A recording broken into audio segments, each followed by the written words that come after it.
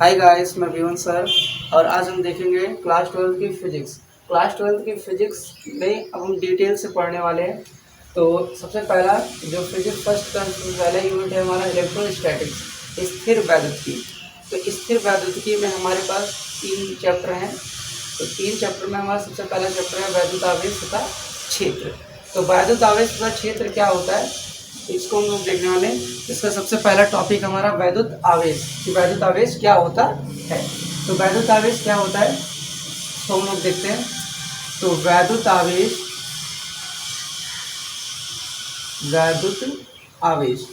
तो वैद्युत आवेश की धारणा सबसे पहले तो ये कहाँ से आया।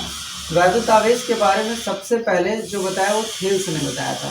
तो थेल्स ने 2500 ईस्वी पूर्व, ठीक है, ईस्वी पूर्व इन्होंने बताया था। इन्होंने लिया था एक अंबर का एक पदार्थ था। उस अंबर के पदार्थ को इन्होंने क्या किया, ऊन से रगड़ा, ठीक है। तो ऊन से जब रगड़ा तो इसमें देखा कि ये दूसरी वस्तुओं को, अन्य वस्तुओं को अपनी ओर आकर्षित करने का एक गुण उत्पन्न हो जाता है। तो वहीं से एक धारणा उत्पन्न हुई कि ये आवेश होता है, ठीक है। तो ये बात सबसे पहले थेल्स ने बताई। कुछ समय बीते गए, कुछ वैज्ञानिकों ने ये बात, फिर फ्रैंकलिन नामक वैज्ञानिक ने क्या बताया कि जब दो वस्तुओं को आपस में रगड़ा जाता है तो उनमें आकर्षण या प्रतिकर्षण का गुण उत्पन्न हो जाता है। उसी गुण को वैद्युत आवेश कहते हैं। या पदार्थ का वह गुण जिसमें वैद्युतमय होने का गुण उत्पन्न हो जाता है या वैद्युतमय होने का अनुभव उत्पन्न हो जाता है, उसे हम क्या कहते हैं, वैद्युत आवेश कहते हैं। या सिंपल सी बात कह सकते हैं कि किसी पदार्थ का वह गुण जिसमें वैद्युतमय होने का अनुभव होता है, उसे वैद्युत आवेश कहते हैं। तो अब इसके बाद आता है वैद्युत आवेश। अब इसमें कैसे इसकी खोज हुई थी, कौन धन आवेश कौन ऋण होगा, तो इसमें आता है वैद्युत के प्रकार, वैद्युत आवेश के प्रकार। तो वैद्युत आवेश के प्रकार क्या होते हैं, वैद्युत आवेश के प्रकार। तो वैद्युत आवेश के प्रकार में क्या हुआ कि इसको 2 प्रकार से बताया गया, धनावेश और दूसरा एक ऋणावेश।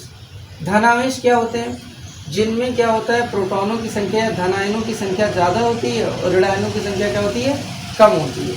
उसे धनात्मक आवेश नाम दिया गया। नंबर 1 पहला नाम दिया गया धनात्मक आवेश, और दूसरा नाम दिया गया बेटा ऋणात्मक आवेश।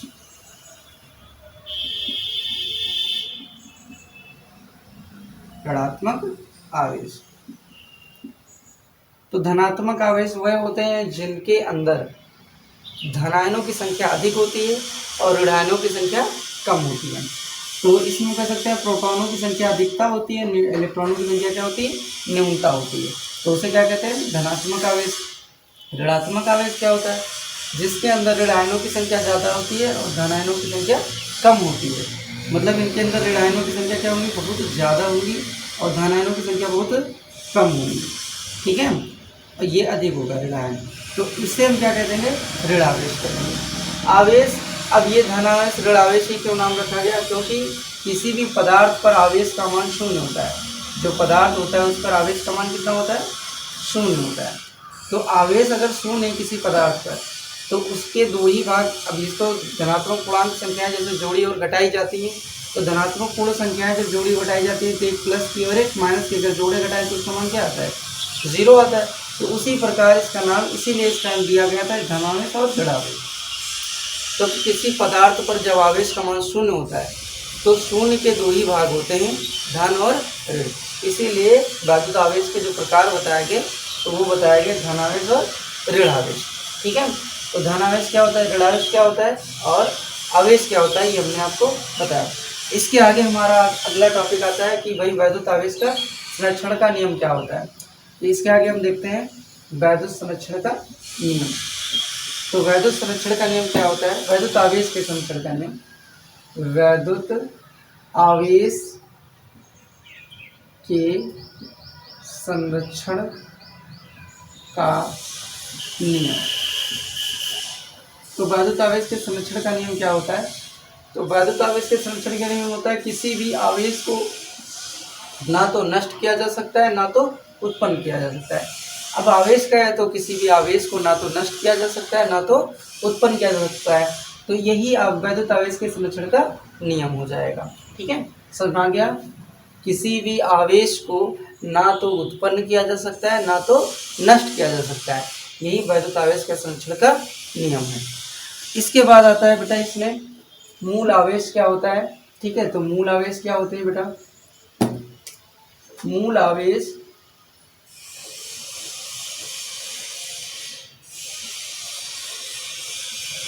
या आवेश का क्वांटिटीकरण, आवेश का क्वांटम प्रकृति, ये कह सकते हैं। ठीक है, आवेश का क्वांटम प्रकृति। तो किसी भी देखिए मूल आवेश का मतलब है कि किसी भी आवेश को इलेक्ट्रॉन से छोटा आवेश नहीं होता है, तो ये क्या हो जाएगा? एक मूल आवेश हो जाएगा कि इससे ज़्यादा छोटे टुकड़ों में आवेश नहीं मिलता है। ठीक है, तो मूल आवेश क्या हो जाएगा? इलेक्ट्रॉन। किसी भी आवेश का जो छोटे से छोटा भाग होता है या मूल इलेक्ट्रॉन होता है। ठीक है, किसी भी पदार्थ का छोटे से छोटा आवेश एक इलेक्ट्रॉन होता है, उससे छोटा आवेश नहीं होता है, उसी आवेश को क्या कह देते हैं? मूल आवेश कह देते हैं। अब ये जो आवेश होते थे ये आपके पदार्थ के अंदर प्लस भी हो सकते थे, माइनस भी हो सकते थे, यानी प्लस माइनस इलेक्ट्रॉन। अगर 2 होते तो 2 प्लस माइनस इलेक्ट्रॉन लिख सकते हैं, 3 हो तो plus minus 3 electron, and so on that dash. अगर मान लीजिए अवरोध दिए हैं तो इसमें n plus minus n e electron लिखे जा सकते हैं। तो किसी भी आवेश को, ठीक है, किसी भी आवेश को अनिश्चित रूप से विभाजित नहीं किया जा सकता। किसी भी पदार्थ के आवेश को अनिश्चित रूप से विभाजित नहीं किया जा सकता, उसी को आवेश का क्वांटिटी या क्वांटिटीकरण कहते हैं या क्वांटम प्रकृति कह सकते हैं। ठीक है, तो इसी धारणा पर ये आवेश बराबर सूत्र बन गया plus minus n e electron. ठीक है, तो ये आवेश बराबर, ये आवेश के क्वांटिटीकरण से ही सूत्र आया हुआ है। तो किसी भी आवेश को अनिश्चित रूप से विभाजित नहीं किया जा सकता, आवेश का क्वांटम प्रकृति कहलाती है या क्वांटिटीकरण कहला सकता है। मूल आवेश क्या होता है? किसी भी पदार्थ का वह छोटे से छोटा आवेश जो इलेक्ट्रॉन से छोटा नहीं हो सकता, उसे क्या कहते हैं? मूल आवेश कहते हैं। ठीक है, मूल आवेश के बाद में हमारे पास आता है बेटा, इसमें आवेश की प्रकृति पर ही आ जाता है अब इसके कूलाम का नियम। तो कूलाम का नियम क्या होता है इसको हम लोग देखते हैं। अगला टॉपिक हमारा आ जाएगा कूलाम का नियम। आवेशों के संबंधित में कूलाम ने एक नियम दिया। ठीक है, तो कूलाम ने क्या नियम दिया? इन्होंने कहा कि 2 आवेश हैं, स्थिर आवेश बेटा। कैसे आवेश होंगे? स्थिर आवेश, एक Q1 और एक Q2, इनके बीच की दूरी r मान ली। तो पहले धन आवेश लिए गए, तो और दूसरी ओर दोबारा किया तो उसमें एक ऋण आवेश ले लिया और एक धन आवेश ले लिया। दूरी वही रहेगी बेटा, बीच की दूरी कितनी? r। ये आपका Q2, Q1 Q2 2 आवेश स्थिर आवेश हैं, जिनके बीच की दूरी r है। तो प्लस और माइनस अगर आवेश है तो उनके बीच का जो बल लगता है वो कौन सा बल होगा? आकर्षण बल। और अगर प्लस प्लस समान प्रकृति के आवेश हैं तो उनके मध्य जो बल लगता है उसे हम क्या कहते हैं? प्रतिकर्षण बल कहते हैं। रिपल्सन फोर्सेस, अट्रैक्शन फोर्सेस, आकर्षण बल। तो अब देखिए इसमें क्या होता है, कूलाम ने क्या नियम बताया था? कहा किन्हीं 2 स्थिर आवेशों, किन्हीं 2 स्थिर आवेशों, किन्हीं 2 स्थिर आवेशों के मध्य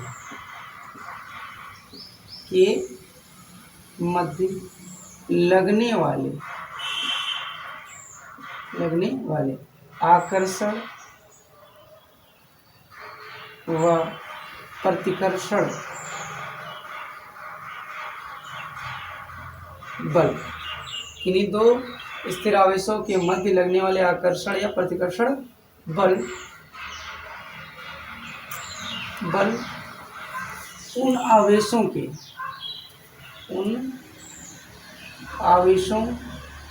के परिमाण के गुणनफल या गुणनफल का परिमाण भी कह सकते हैं, गुणनफल के परिमाण के अनुक्रमानुपाती होता है, अनुक्रमानुपाती होता है तथा उन्हीं आवेशों, वही जो दोनों हैं, ठीक है, उन्हीं आवेशों की दूरी के वर्ग के व्युत्क्रमानुपाती होता है, व्युत्क्रमानुपाती होता है। तो व्युत्क्रमानुपाती होता है, ठीक है। तो ये हो जाएगा कूलॉम का नियम। किन्हीं दो स्थिर आवेशों के मध्य लगने वाले आकर्षण या प्रतिकर्षण बल उन आवेशों के परिमाण के गुणनफल के अनुक्रमानुपाती होता है तथा उन्हीं के आवेशों के दूरी के वर्ग के व्युत्क्रमानुपाती होता है। ये कूलॉम का नियम हो जाएगा। कूलॉम के नियम के बाद आता है इसके व्यंजक की स्थापना, कि व्यंजक की स्थापना कैसे होती है। तो व्यंजक की स्थापना देख लेते हैं। तो व्यंजक की स्थापना में कैसे करेंगे बेटा? तो व्यंजक की स्थापना, माना दो आवेश Q1 और Q2 है, जिनकी बीच की दूरी कितनी है आपकी r है, चाहे वो प्लस में हो चाहे माइनस हो। अट्रैक्शन और प्रतिकर्षण बल लगेगा तो बल समान होगा, परिमाण में समान रहेगा, बस दिशाओं में विपरीत हो जाएगा। तो माना दो स्थिर आवेश, कैसे कहेंगे? माना दो स्थिर आवेश Q1 व Q2 हैं, जिनके बीच की दूरी कितनी है r, जिनके बीच की दूरी r है, ठीक है। जिनके मध्य लगने वाला आकर्षण या प्रतिकर्षण बल F है। तो कूलॉम के नियम से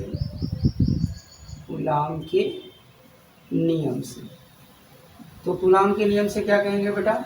कूलॉम के नियम से क्या कहेंगे? कूलॉम बेटा F मान लिया, तो उन दोनों आवेशों के गुणनफल के परिमाण के क्या होता था? अनुक्रमानुपाती। तो दोनों आवेशों का परिमाण गुणनफल कर लिया, उसके अनुक्रमानुपाती कर लिया। ये पहली शर्त हो गई कूलॉम की। दूसरी शर्त क्या बताई? उन्हीं आवेशों के दूरी के वर्ग के व्युत्क्रमानुपाती होता है बल, तो इनमें व्युत्क्रमानुपाती बल दिखा दिया। अब दोनों को मिला दें, क्योंकि बल तो एक ही रहेगा तो दोनों को मिला देते हैं। यहाँ पे F अनुक्रमानुपाती Q1 Q2 अपॉन में कितना बेटा? r²। यह आपका अनुक्रमानुपाती का चिन्ह हटा देंगे बेटा। तो अनुक्रमानुपाती का चिन्ह हटाएंगे तो देखिए क्या आ जाएगा बेटा? अनुक्रमानुपाती का चिन्ह हटाएंगे तो यहाँ से आ जाएगा कि एक कांस्टेंट आ जाएगा और यहाँ पर हो जाएगा Q1 Q2 बटे r²। ये आपका हो जाएगा कूलॉम का बल या कूलॉम का व्यंजक। फिर प्रयोगों द्वारा देखा गया कि K जो है, K का मान होता है 1/4πε0, ठीक है, और जिसको 9 × 10⁻9 के बराबर लिखा जाता है, और इसका साथ में मात्रक न्यूटन मीटर स्क्वायर प्रति कूलॉम हो जाएगा बेटा, ठीक है। ये इसका मात्रक हो जाएगा।